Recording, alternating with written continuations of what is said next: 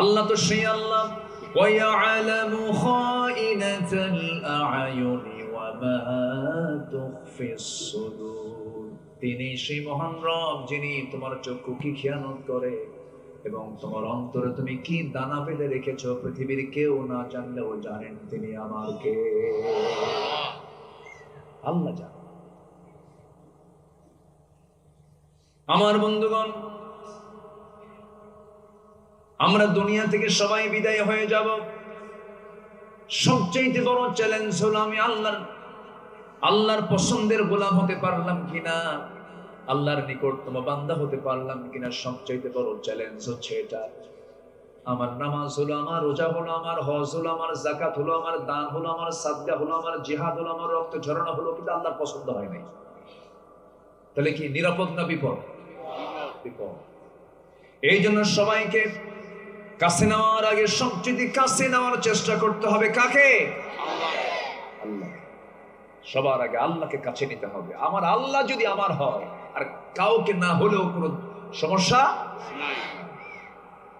সবার আগে আমার আল্লাহকে নিতে হবে, আল্লাহকে কাছে টানতে হবে। আসি আলাইহিস সালাতু ওয়াস সালাম দুনিয়ার সব কিছু মাইনাস করে আল্লাহকে কাছে টেনেছেন। সুবহানাল্লাহ বলবেন না? সব কিছু মাইনাস, বউ স্বামী মাইনাস করেছেন, পরিবার মাইনাস করেছেন, রাষ্ট্রের সমস্ত সুযোগ সুবিধাকে মাইনাস করেছেন, সমাজ মাইনাস করেছেন, সব মাইনাস করে কাকে টেনেছেন? আল্লাহ। চিন্তা করে দেখুন, একজন নারীর কত মর্যাদা সেই সমাজে ছিল। স্বামী হলো একটা দেশের রাষ্ট্রনায়ক, তার স্ত্রী হচ্ছেন ইমরাতে ফিরাউন।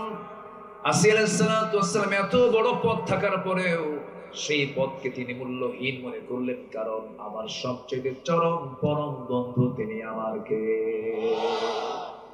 মাইনাস করলেন। রাষ্ট্রপতির বউ, এটা কি ছোটখাটো পদ?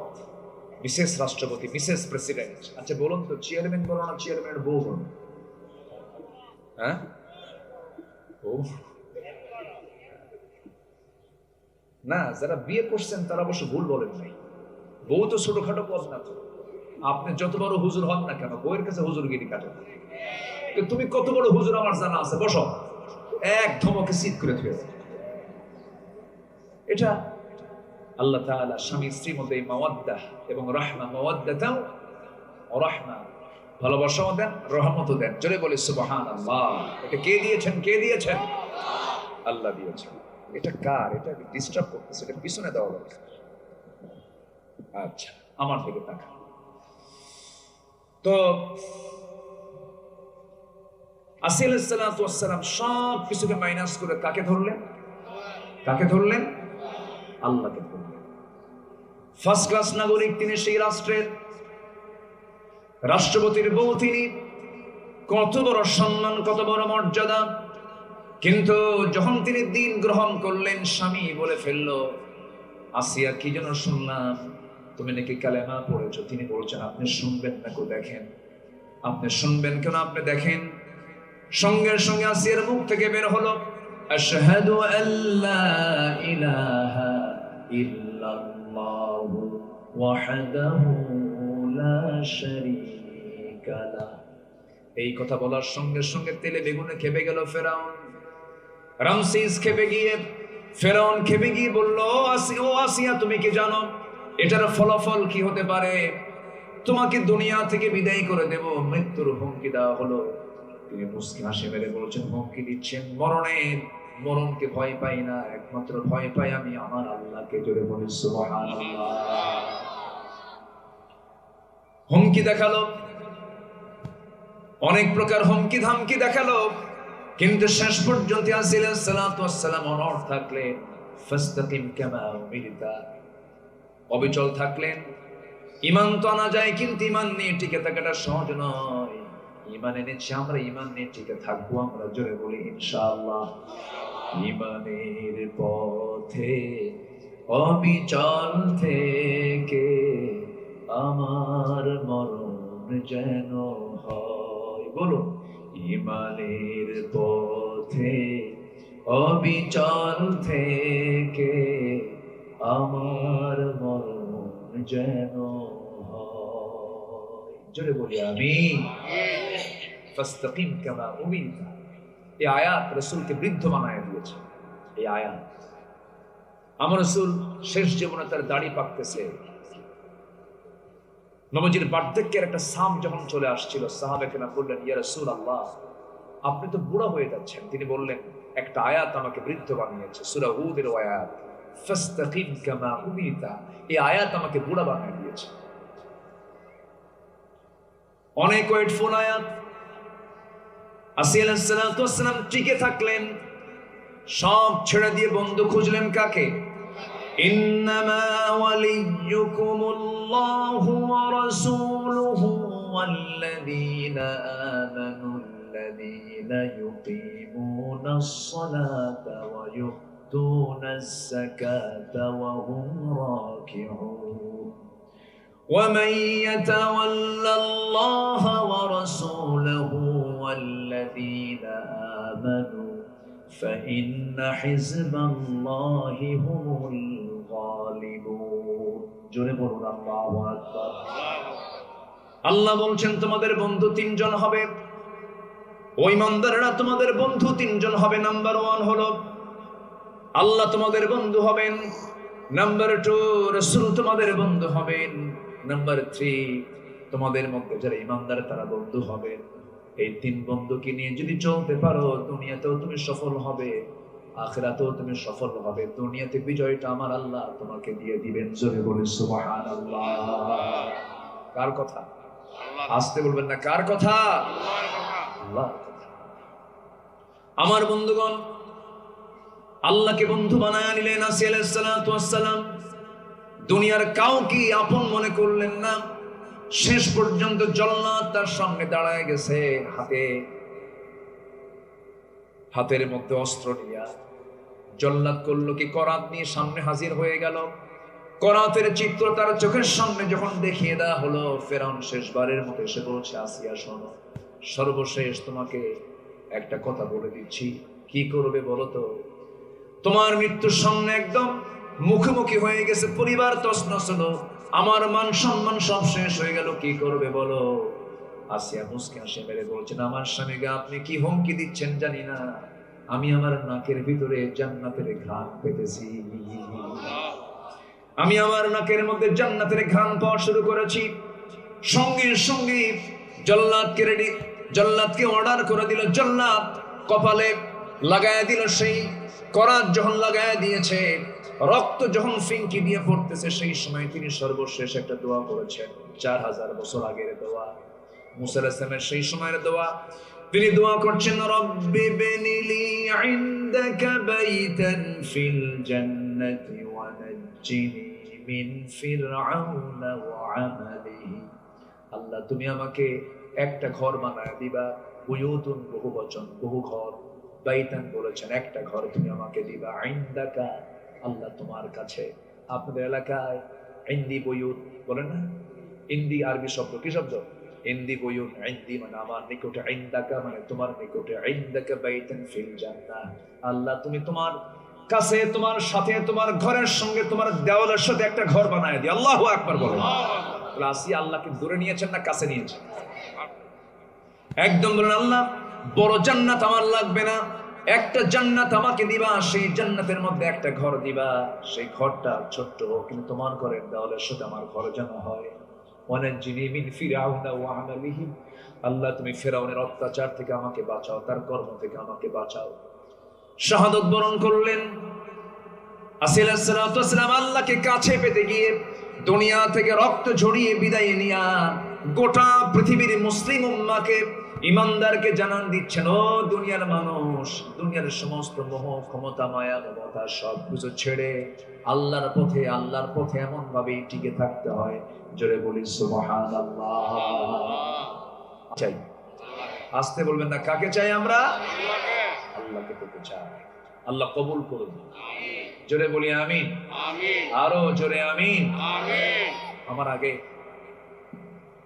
যার দেহের মধ্যে আল্লামা সাঈদীর রক্ত প্রবাহমান, আমার শামীম বিন সাঈদী, তিনি কথা বলেছেন। আসলে এই পরিবারটা যে কত বড় মাজলুম ছিল। দীর্ঘ 13-14 বছর কি পরিমাণ যে নির্যাতন হয়েছে, এটার ফলাফল শেষে কে দিলেন? আসতে বলবেন না, কে দিলেন? আল্লাহ কি আছেন? আল্লাহ আছেন না নাই? আল্লাহ শোনেন, আল্লাহ জানেন, আল্লাহ দেখেন, আল্লাহ বুঝেন। যখন যেটা প্রয়োজন সেটাই তিনি দিয়ে দিয়েছেন। মুরব্বীরা প্রায় বলতো, না মরা পর্যন্ত উপায় নাই, বলতো না? না মরা পর্যন্ত উপায় নাই। কই, মরা তো লাগলো না, উনি এমনি বিদায় নিয়েছেন। একটা লজ্জার কথা, পালাইয়া যাও। কি ঠিক কিনা বলেন? যদি কারো বউ যদি সংসার ছেড়ে যদি পালাইয়া যায়, ওই বউটার কি সম্মান থাকে? সম্মান থাকে? সম্মানিত ভাইরা, আমরা অনেক দেখেছি, আমরা আর পিছনে যা দেখেছি আর ওই রকম চিত্র আর দেখতে চাই না। আমরা কি নতুন বাংলাদেশ দেখতে চাই? সবাই রাজি আছেন তো? নতুন বাংলাদেশ গড়ার জন্য যেই যে ম্যানিফেস্টো নিয়ে আসুক, কোন ম্যানিফেস্টো আমার অ্যাকসেপ্ট করা যাবে না। সকল ম্যানিফেস্টো বাদ দিয়ে আমার আপনার একমাত্র জাতির মুক্তির জন্য, জাতির কল্যাণের জন্য দরকার হলো আল্লাহর পক্ষ থেকে নাজিল হওয়া কোরআন দরকার। এই কোরআন রাষ্ট্রীয় পর্যায়ে কায়েম হয়ে যাক। সবাই কি দেখতে চান? এই দৃশ্য কি দেখতে চান? এটা কি সবাই চান? সংগ্রাম করতে হবে। বিজয় কিন্তু এখনো আসেনি। বিজয় কি এসেছে এখনো? মদের দোকান আছে না নাই? জেনার কারবার আছে না নাই? সুদের অঙ্ক হিসাব আছে না নাই? এগুলো সব আল্লাহ হালাল করেছেন না হারাম করেছেন? আমার দেশে এটা আইন আকারে পাশ আছে। কোথায় বিজয় আসছে? এখনো বিজয় আসে না। কোন জুয়ার কারবার চলবে না, মদের দোকান চলবে না, জেনার কারবার চলবে না, সুদের কারবার চলবে না। সুদ মুক্ত, জেনা মুক্ত এমন একটি সুন্দর সোনালী সমাজ, রাষ্ট্র যদি গড়তে হয়, আমাদেরকে একত্র হতে হবে, সুসংগঠিত হতে হবে। এটা হচ্ছে সময়ের সবচেয়ে বড় দাবি, এক হওয়া। কি হওয়া বলেন তো? এক হওয়া। আমি যেখান থেকে তেলাওয়াত করেছি, তেলাওয়াতকৃত আয়াতটা সূরাতুল হুজুরাত থেকে, আমি শুধু একটা আয়াত আমি তেলাওয়াত করেছি। সময়টা একটু হাতে কম, তো এই ডেটটা খুব অল্প সময় আমি দিয়েছি। দেখে আগামী বছরও আমাকে কমিটি বলেছেন, আমি আসার চেষ্টা করব। জোরে বলি ইনশাআল্লাহ, জোরে বলি ইনশাআল্লাহ। আমি একটু জানান দিলাম, ইনশাআল্লাহ আল্লাহ যদি তৌফিক দেন আগামীতে আবার আসা হবে। তো আমি যে আয়াত থেকে তেলাওয়াত করেছি, একটু ওই আয়াতের দিকে আস্তে আস্তে চলে যাচ্ছি। যদি আমরা এক থাকতে পারি তবেই সম্ভব। ছোটখাটো যত মতনৈক্য আছে, ইখতিলাফ আছে, এগুলোকে আমরা ভুলে গিয়ে মুখের বিনয় না, হৃদয়ের বিনয় দিয়ে, মুখ দিয়ে আমি বিনয় প্রকাশ করছি, কিন্তু দিলে আমার অহংকার দিয়ে ভরা। আমার দেশে কিছু অহংকারী আলেম আছে, আসতে বলবেন না? আছে না নাই? এলেমের অহংকার করে, আছে না? বহু আছে। আপনাদের যিনি এই বিগত সময়ে যিনি এমপি ছিলেন, এলেম কিন্তু কম নাই, এলেম ভালোই আছে। এলেম কম ছিল না, অনেক এলেমই ছিল, কিন্তু এলেমটা ইসলামের কাজে লাগায় নাই। ইসলামকে ধ্বংস করা যায় কেমনে, সেই কাজে লাগিয়েছিল।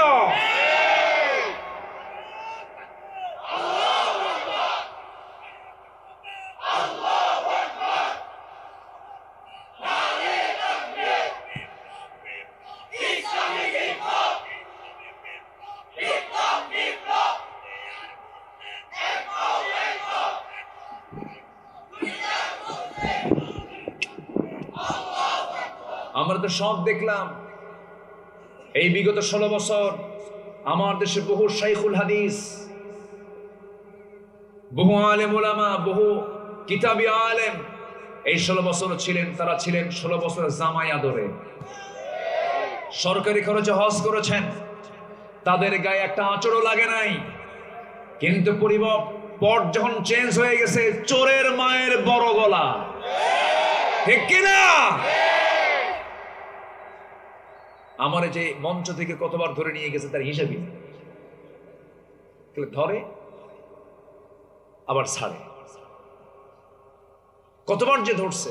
একবার তো আমাকে লক্ষ্য করে গুলি করল, একদম মঞ্চে আগুন ধরায় দিয়েছে। এত বড় পশুত্ব হৃদয় এদের ভিতরে। 2018 সালে আমাকে গ্রেফতার করে থানায় নিয়ে গেল। থানার ওসি আমারে দেখে কাঁদবে। বললাম আপনি কাঁদবেন কেন? আমার ধরছেন আবার কাঁদবেন কেন? বলে হুজুর আমি আপনার খুব ভক্ত, কিন্তু কি করব, উপরের চাপ, চাকরি বাঁচান তো ফরজ। আমি বললাম ইমান বাঁচান তো নফল।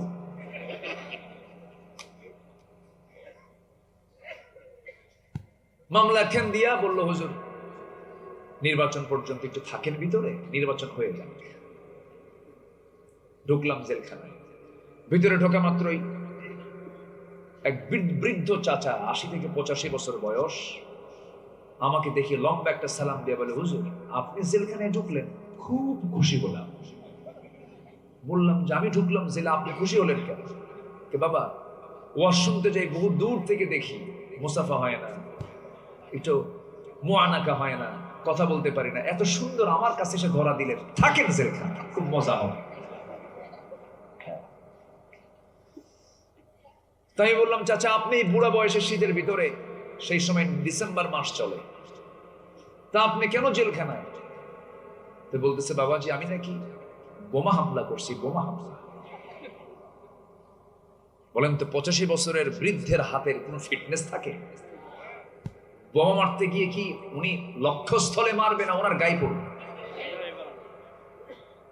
এরকম করে কল্পিত সাজানো নাটক তারা তৈরি করেছে, ঠিক কিনা? আল্লামা সাইদের এক সাক্ষীকে জড়ো করেছিল ওরা। সাক্ষীর জন্ম হলো 76, ঘটনা হলো 71। ঘটনা কি 71? তাহলে ঘটনা যদি 71 হয়, সাক্ষীর জন্ম কোন সালে? 76। তাহলে ঘটনারও কয় বছর পরে জন্ম? 5 বছর। তাহলে সে দেখলো কেমনে? রুহের জগৎ থেকে দেখেছে। এত বড় বদমাইশ সব দেখেছি আমরা। আমরা আর নতুন কোনো কিছু দেখতে চাই না। যারা নামাজ কায়েম করতে চায়, যারা যাকাত ভিত্তিক সমাজ প্রতিষ্ঠা করতে চায়, যারা সুদ বন্ধ করতে চায়, যারা বেহায়াপনা বন্ধ করে পর্দার বিধান জারি করতে চায়, সেই একটি কল্যাণ রাষ্ট্র তৈরির জন্য মাঠে ময়দানে জান মাল কুরবানি করে কাজ করতে রাজি আছেন কারা কারা? হাত উঁচু করে দেখান মুসলমান।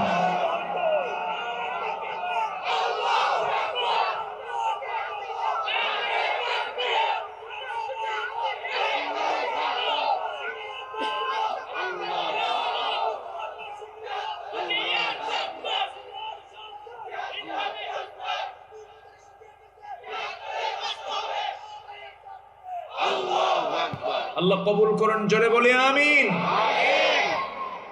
সম্মানিত ভাইয়েরা, 53 বছর পর দেশ আধিপত্যবাদীদের সবল থেকে একটু মুক্ত হতে পেরেছে। বলি আলহামদুলিল্লাহ, জোরে বলি আলহামদুলিল্লাহ। আমার দেশ দিল্লি নিয়ন্ত্রিত নয়, আমার দেশকে নিয়ন্ত্রণ করব আমরা, ঢাকা নিয়ন্ত্রণ করব, ঠিক কিনা?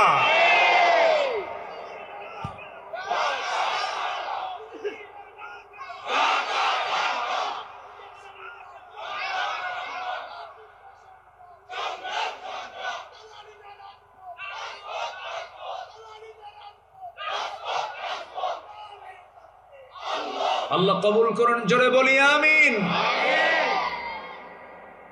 ওদের 7 সিস্টার্স থাকবে না ইনশাআল্লাহ, বলেন।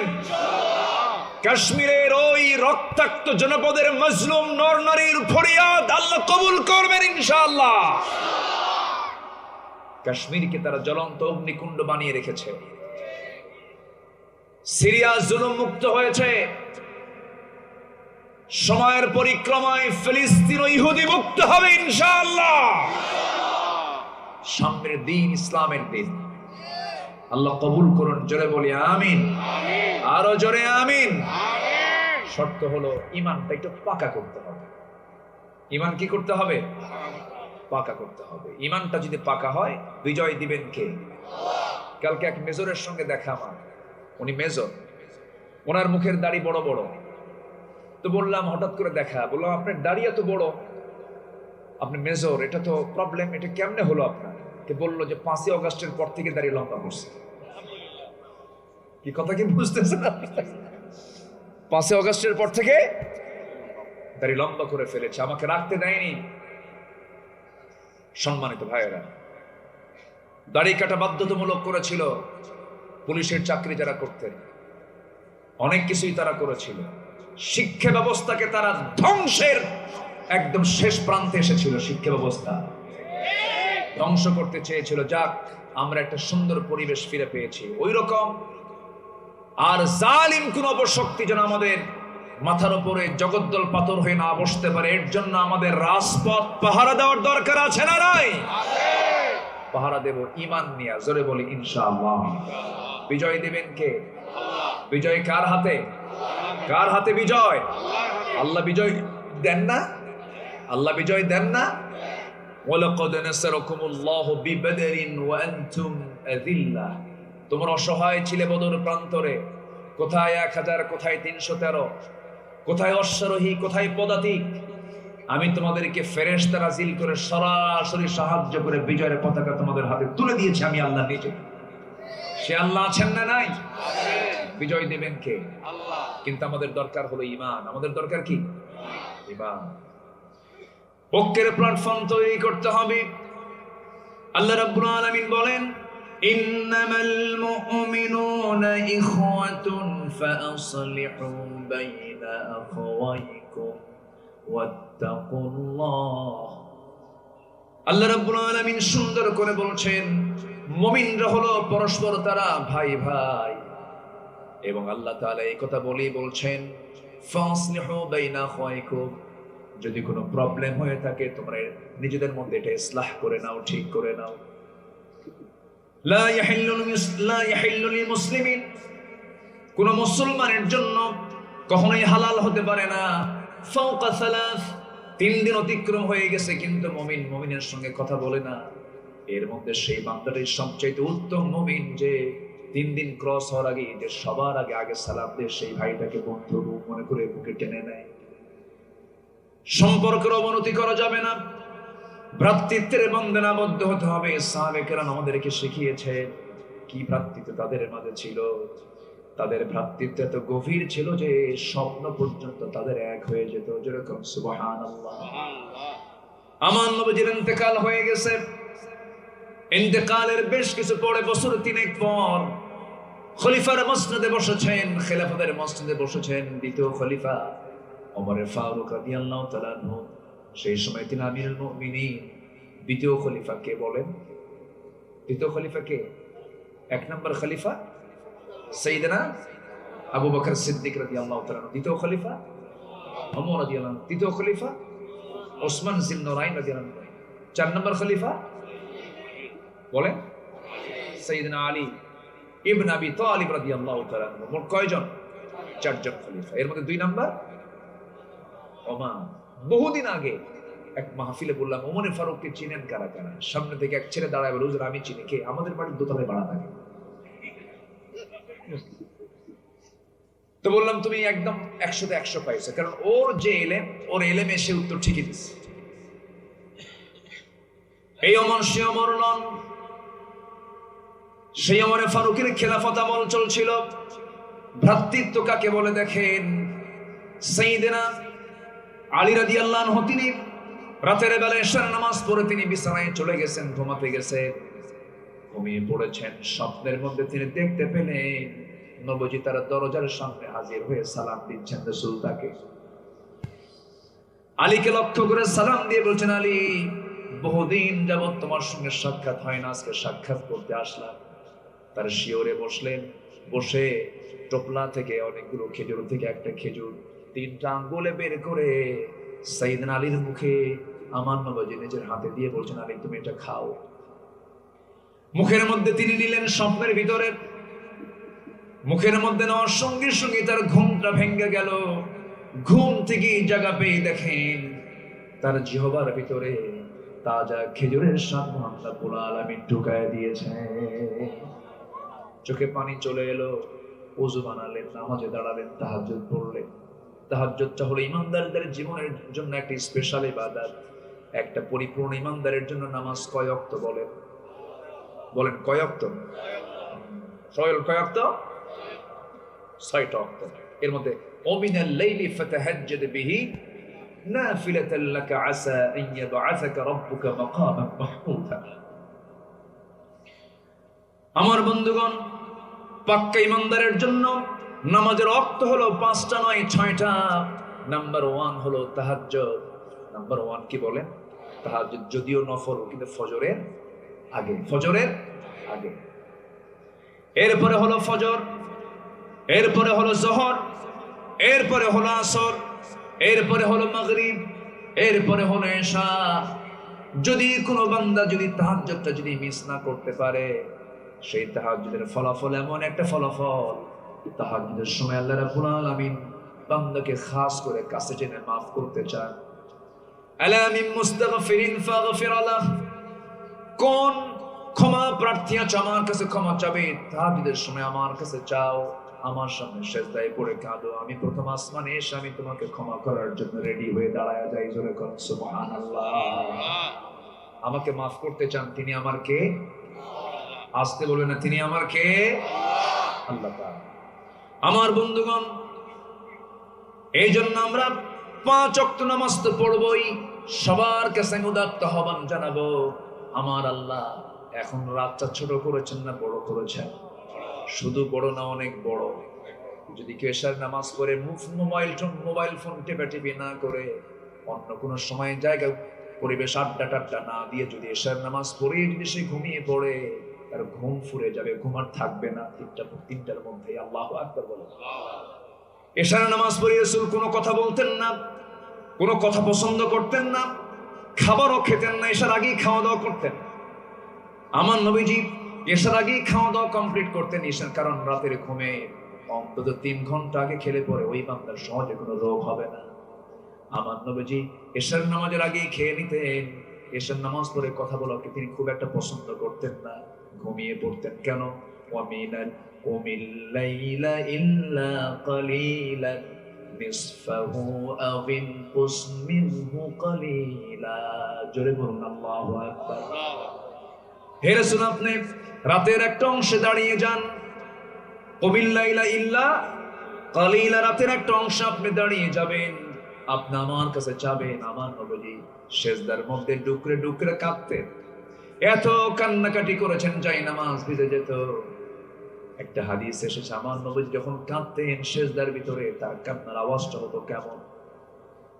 কোন চুলার উপরে যদি গরম পানি যদি জাল দেওয়া হয়, নিচে চুলায় আগুন জ্বলতেছে, পানি টকবক করলে, পানি সিদ্ধ হলে যেমন টকবক টকবক করে যে আওয়াজটা হয়, আমার নবী যখন সেজদায় পড়ে কাঁদতেন তখন ওইরকম টকবক আওয়াজ আমার নবীর মুখ থেকে বের হতো।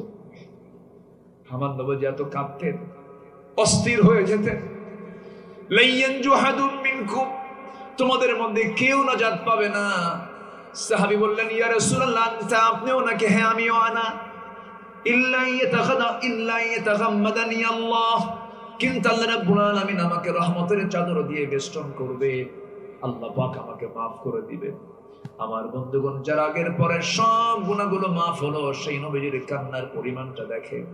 এত কেঁদেছে, এত চোখের পানি ফেলেছেন, একমাত্র কার ভয়? আসতে বলবেন না, কার ভয়? আল্লাহর ভয়। আমার বন্ধুগণ, কথায় কথা বেড়ে যায়, মূল পর্বে চলে আসি। সাইয়েদনা আলী ঘুম থেকে জাগা পেলেন, তাজা খেজুরের স্বাদ ফুটে উঠলো তার জিহ্বার মধ্যে। নামাজে দাঁড়ালেন, চোখের পানি ফেলে ফেলে কেঁদে আল্লাহর শুকরিয়া আদায় করলেন। হারে, কতদিন পর নবীর চেহারা দেখতে পেলাম। যে স্বপ্নে রাসূলকে দেখতে পায়, সে কি মিথ্যা দেখে না সত্য দেখে? এই স্বপ্ন কখনো শয়তান ধারণ করতে পারে না। সাইয়েদনা আলী ফজরের জন্য প্রস্তুতি নিয়ে নিলেন, ফজরের নামাজ পড়তে যাবেন। ফজরের নামাজের ইমামতি করছেন বেতনভুক্ত কোনো ইমাম নয়, দেশের কোনো কর্মচারী নয়, দেশের কোনো কর্মকর্তা নয়। নামাজ পড়াচ্ছেন শাসক যিনি, তিনি হলেন মসজিদের ইমাম। জোরে বলে সুবহানাল্লাহ। এমন চিত্র কি আমার দেশে দেখতে চান? সবাইকে দেখতে চান? যেদিন বাংলার জমিনে দেখতে পাবো, বঙ্গভবন থেকে বের হয়ে বাইতুল মুকাররমের নেতৃত্ব দিচ্ছে বঙ্গভবনের বাসিন্দা। যেদিন দেখতে পাবো রাষ্ট্রপতি বাইতুল মুকাররমের খতিবের দায়িত্ব পালন করছেন, সেদিন দেখতে পাবো বাংলাদেশের আকাশে আল্লাহর রহমতের বাড়ি ধারা বর্ষণ শুরু হয়েছে। এমন চিত্র কি দেখতে চান আপনারা? আল্লাহ তুমি আমার দেশে একটা ওমর দিয়ে দাও। জোরে বলি আমিন, আরো জোরে আমিন। এ পর্যন্ত যত পাইছি আমরা, অধিকাংশ বিড়ি খাওয়া লোক পাইছি। কি লোক পাইছি? বিড়ি খাওয়া, খালি বিড়ি খাইতে। ওই নেতৃবৃন্দের চেহারার দিকে তাকাবেন, ঠোঁট দেখলেই তো মনে হয় বিড়ি খোর, পাক্কা বিড়ি খোর। কি আসতে কোন কেন, ঠিক কিনা? বিড়ি খাওয়া কি করে? কেউ তো কিছু কয় না। এই আমার এলাকায় অবশ্য বিড়ি খাওয়ার মাসালা দেওয়া খুব কঠিন। প্রচুর বিড়ি টানে অনেকে। আইরে বিড়ি টান মারে, শীতের মধ্যে কমে না বাড়ে? ইটের ভাটা ফেল, এত খাওয়া খায়, এক টানে ধোয়া 3 তলায় পাঠা। আছে না নাই? আবার মাহফিলে এসে প্রশ্ন করে, হুজুর বিড়ি খাওয়া কি জায়েজ আছে? উনি জায়েজের চেষ্টায় থাকেন না। সকল নেশাকে হারাম করেছেন কে বলেন তো? বলেন বলেন কে? আগে মানুষ মদ খায় না, আগে বিড়ি খায়। আগে টানাটানি, এরপরে ঢালাঢালি। ঢালাঢালির ছোট ভাই হলো টানাটানি। টানাটানি থেকেই কোথায়? ঢালাঢালি। কোন নেশার দিকে আমরা যাব না। জোরে বলি ইনশাআল্লাহ।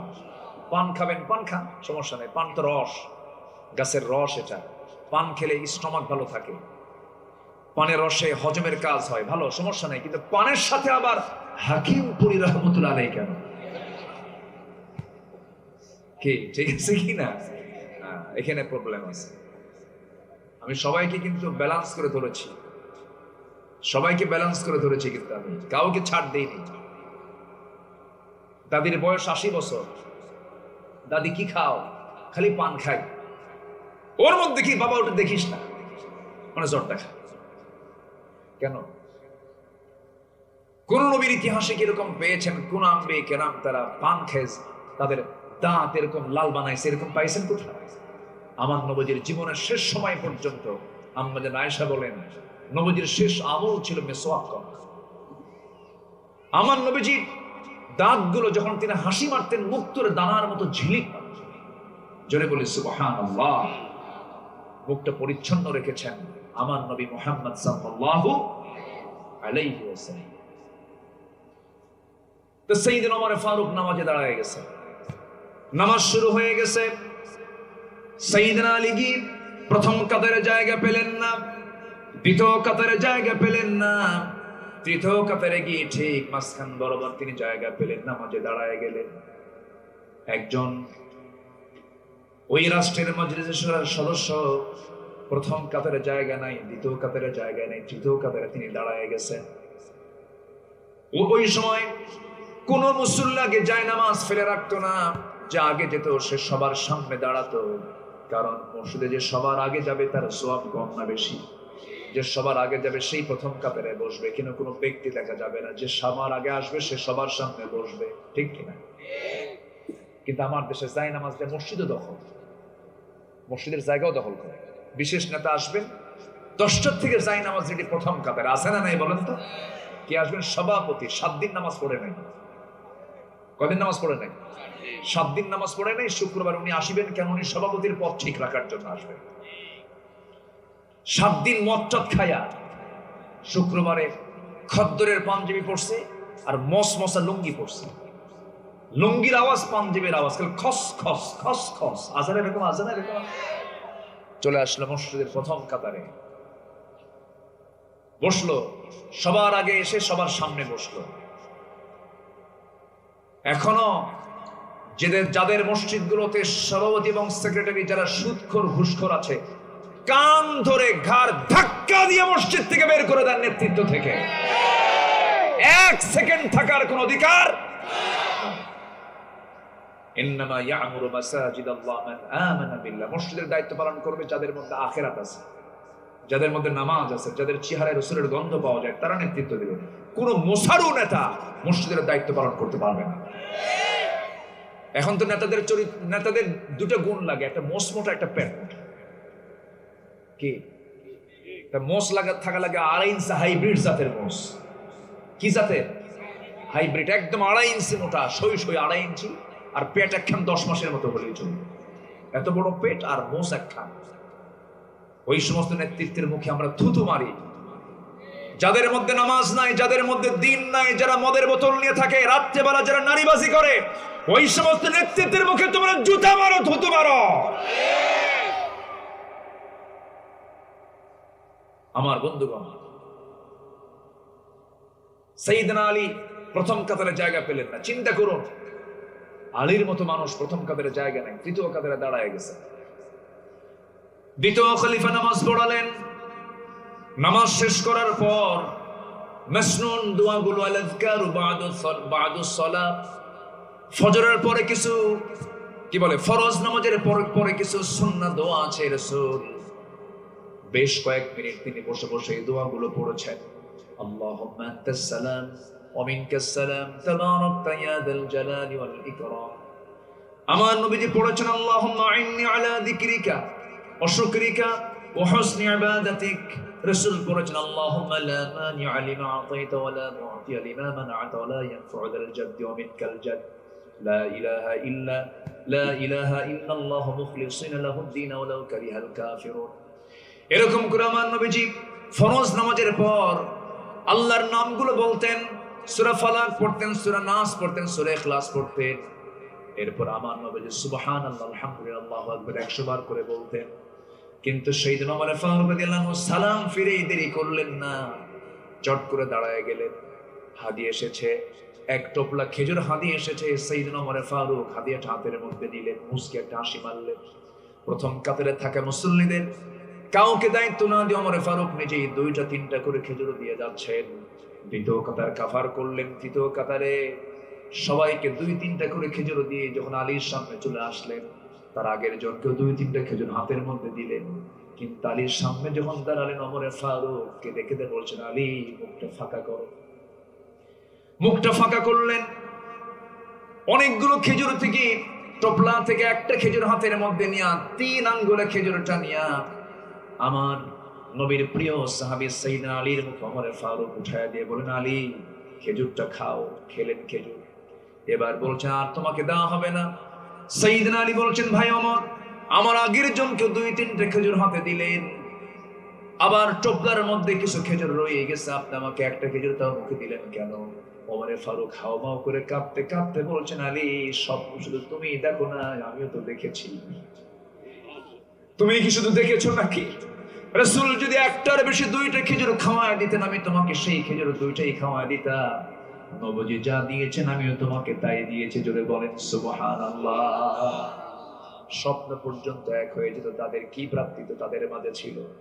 নবীজি মক্কার মানুষ হিজরত করে আসলেন কোথায়? মদিনায়। কোথায়? মদিনায়। সেই মদিনা এবং মক্কার 2টা জায়গায় দখল করেছে সাতকানিয়ার লোহাগড়ার মানুষ। বলি আলহামদুলিল্লাহ। মক্কা এবং মদিনার এক টুকরো সাতক্ষীরার লোহাগড়া, কি বলে সাতকানিয়ার লোহাগড়া, সাফওয়া টাওয়ার, দাল্লা তাইয়্যিবা, জমজম টাওয়ার, সব আলহামদুলিল্লাহ বলেন। জোরে বলি আলহামদুলিল্লাহ। চট্টগ্রামও দখল করছেন আপনারা। চট্টগ্রাম সিটি আপনারা সারা অচল। আলহামদুলিল্লাহ বলেন। আপনারা হচ্ছেন সওদাগর। এখানকার সভাপতির নাম কি? ব্যবসায়ী সব। কিসের চাকরি? চাকরিতে যত বরকত আছে, ব্যবসায় তার চেয়ে বরকত কম না বেশি? কম না বেশি? সাতকানিয়া লোহাগড়ার মানুষ চাকরিতে বিশ্বাসী না ব্যবসায় বিশ্বাসী? একদম খালি শূন্য নিয়ে বসে, একদম শূন্য নিয়ে বসে 0 থেকে হিরো হয়ে যায়। বলি আলহামদুলিল্লাহ। এরকম বহু নজির আছে না নাই? ব্যবসায়ী বরকত কে দিয়েছে? আমার নবীজি মক্কা থেকে মদিনায় চলে আসলেন, হিজরত করলেন। নবীর সাথে কিছু কিছু সাহাবী ছিলেন। তার বিশাল সম্পদের মালিক একজন ছিলেন আব্দুর রহমান ইবনে আউফ রাদিয়াল্লাহু তাআলা। তিনিও হিজরত করলেন। নবীর সাথে যখন মদিনায় চলে আসলেন, বউটা রেখে এসেছেন, সন্তান রেখে এসেছেন, কোটি কোটি টাকার ব্যবসাও রেখে এসেছেন। নবীজির সামনে একদিন অসহায়ের মতো বসে আছেন। নবীর সামনে রাসূল দেখে কেঁদে ফেললেন। বলছেন, ওরে আব্দুর রহমান, আমি তোমাকে নিজের চোখে দেখেছি মক্কায় তোমার কত বড় সম্পদ ছিল, তোমার ছেলে আছে, মেয়ে আছে, বউ আছে, বাচ্চা আছে, সব রেখে দিয়ে আজকে তুমি আমার সঙ্গে মদিনায় এসেছো, তোমার বড় কষ্ট হচ্ছে মনে হয়। মুসকে হাসি মেরে আব্দুর রহমান বলছেন, হুজুর দুনিয়ার সবকিছু মাইনাস করলে ও আমি আমার আল্লাহ এবং রাসূলকে মাইনাস করতে পারবো না। জোরে বলি সুবহানাল্লাহ। সাইয়েদনা আব্দুর রহমান ইবনে আউফ আশারায়ে মুবাশশিরের একজন সাহাবী ছিলেন। 10 জন সাহাবী জান্নাতের সংবাদ পেয়েছেন, এর মধ্যে একজন হচ্ছেন অন্যতম আব্দুর রহমান ইবনে আউফ রাদিয়াল্লাহু তাআলা। তিনি একজন মিলিয়নার সাহাবী ছিলেন। কি ছিলেন? মিলিয়নার সাহাবী, কোটি কোটি টাকার মালিক তিনি ছিলেন। এক্সপোর্ট ইম্পোর্টের বিজনেস করতেন মক্কায়। সেই সব ব্যবসাগুলো রেখে দিয়া মদিনায় যখন চলে আসলেন, রাসূল বলছেন, আব্দুর রহমান তোমার বড় কষ্ট হচ্ছে, তোমার জন্য কিছু ব্যবস্থা করে দেই। হুজুর কিচ্ছু লাগবে না। এক ধনী আনসার সাহাবীকে ডাক দিয়ে বলছেন, আনসার সাহাবী এদিকে আসো, আমার আব্দুর রহমান কোটি কোটি টাকার মালিক সে ছিল, আজকে সে জিরো হয়ে আছে, দেখো তোর জন্য কিছু করা যায় নাকি। আনসার সাহাবী করলেন কি, ঘোড়ার পিঠে আব্দুর রহমান ইবনে আউফ রাদিয়াল্লাহু আনহু ঘোড়ার পিঠে তুলে নিয়া মদিনার সবচেয়ে বড় বড় 2টা খেজুর বাগান দেখা দিয়ে বলতেছে, ভাই আব্দুর রহমান, রাসূল আমাকে পাঠিয়ে দিয়েছেন আপনাকে আমার সাথে এই 2টা বড় বড় খেজুর বাগান দেখা দিলাম, যে বাগানটা পছন্দ হবে সে বাগানটা এই মুহূর্তে আমি আপনার নামে দলিল করে দেব। আব্দুর রহমান বলছেন, ভাই আর কি করবা বলো। এবার বলছেন, ভাইরা আর কি করব। এই মদিনার কোন মেয়ের বাবা তার মেয়েকে আপনার সঙ্গে বিয়ে দেবে না, কারণ ঘর নাই, বাড়ি নাই, টাকা নাই, পয়সা নাই, কেমন করে মেয়ের বাবা আপনার সঙ্গে বিয়ে দেবে।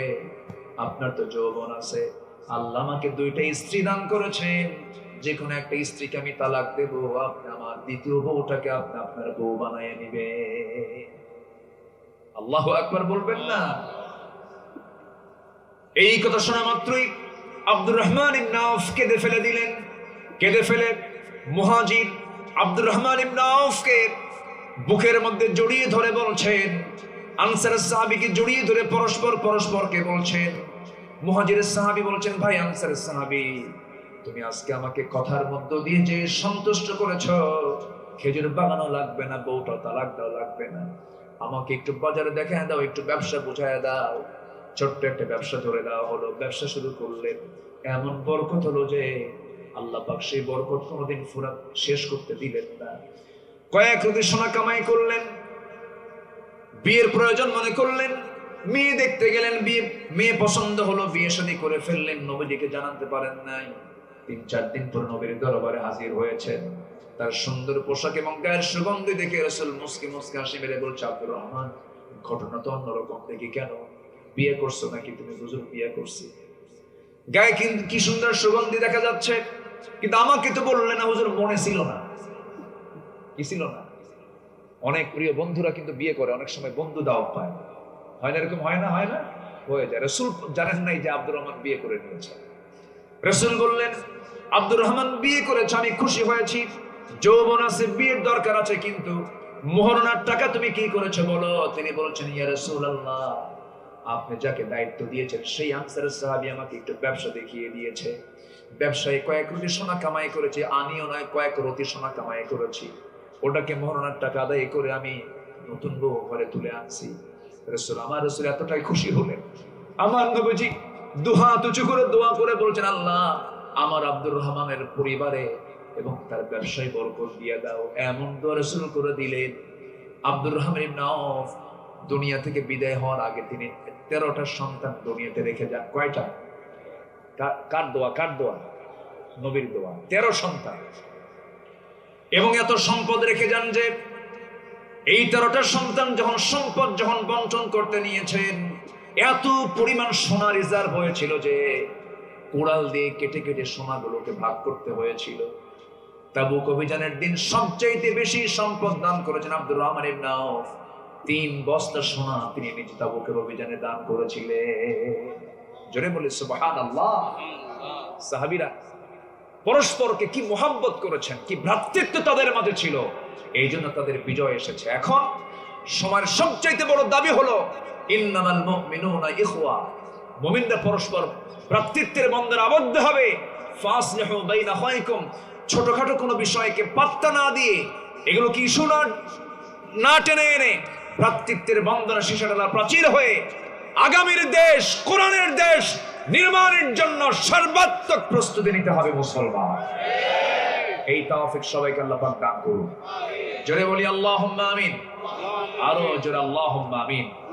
এরপর আল্লাহ বলছেন ওয়াত্তাকুল্লাহ, তুমি ভয় করো কাকে? আসতে বলবেন না, কাকে?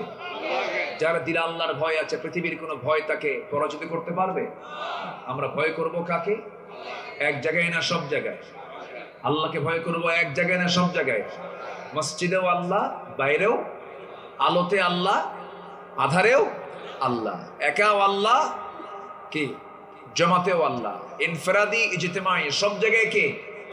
আসতে বলবেন না, কে?